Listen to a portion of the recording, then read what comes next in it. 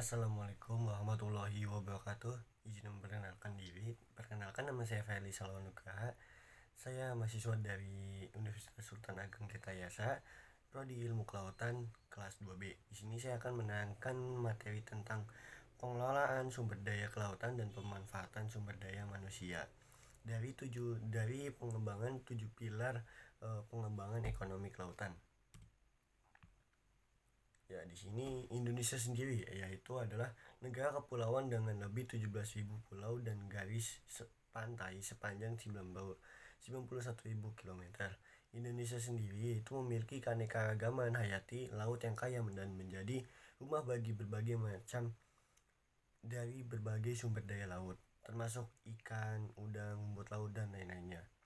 Sektor kelautan juga itu berperan penting dalam perekonomian Indonesia, berkontribusi pada ketahanan pangan, lapangan kerja, dan pertumbuhan ekonomi. Namun, sektor kelautan juga menghadapi sejumlah tantangan seperti penangkapan ikan berlebih, polusi, dan perubahan iklim. Sehingga pengelolaan sumber daya kelautan baik dari sumber daya alam dan sumber daya manusia itu sangat penting, sehingga sangat efektif untuk memastikan keberlanjutan sektor kelautan dan kontribusinya terhadap pembangunan Indonesia.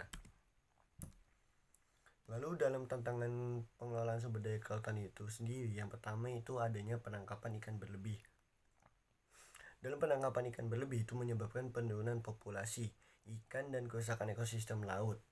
Serta selanjutnya ada pencemaran laut berasal dari aktivitas manusia seperti perikanan, industri, dan pariwisata. Itu bisa terjadi pencemaran. Lalu selanjutnya adanya perubahan iklim dan tantangan sumber daya kelautan itu sendiri, yaitu menyebabkan kenaikan permukaan laut serta pemanasan air laut dan pengasaman laut.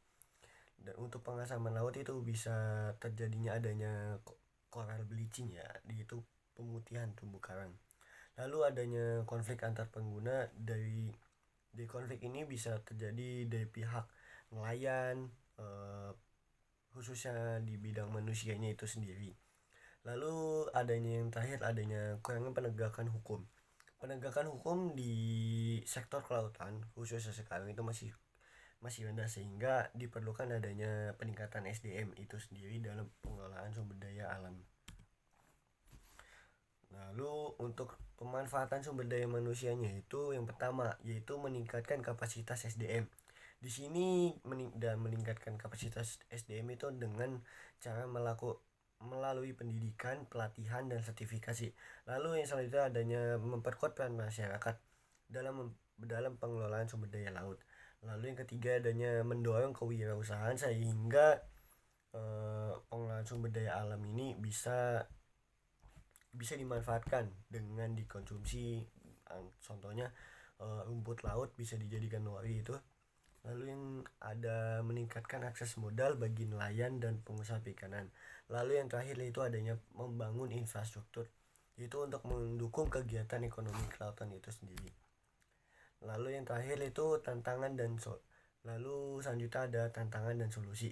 Koordinasi memperkuat koordinasi antar instansi pemerintah dan pemangku kepentingan untuk memastikan pengelolaan sumber daya laut yang terpadu.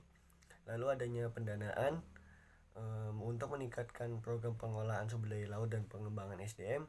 Selanjutnya ada teknologi untuk memastikan akses terhadap teknologi agar melek, khususnya di SDM itu sendiri dalam mengelola sumber daya laut. Lalu yang terakhir itu ada penegakan hukum.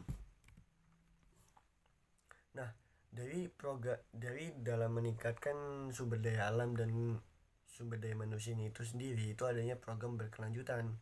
Yang pertama, adanya program Kampung Nelayan, yaitu memberikan bantuan modal, pelatihan, dan pendampingan kepada nelayan untuk meningkatkan produktivitas dan mata pencaharian mereka. Lalu yang kedua adanya sekolah tinggi perikanan. Sekarang banyak sekolah kedinasan, ya, khususnya untuk sekolah kedinasan perikanan untuk menyediakan pendidikan tinggi di bidang perikanan dan kelautan itu sendiri.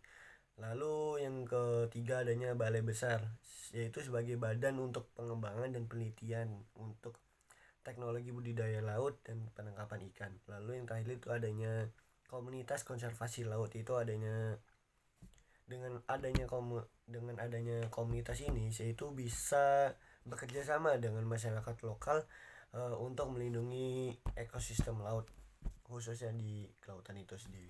Mungkin itu saja, kurang lebihnya mohon maaf. Wabillahi taufik wal hidayah. Wassalamualaikum warahmatullahi wabarakatuh.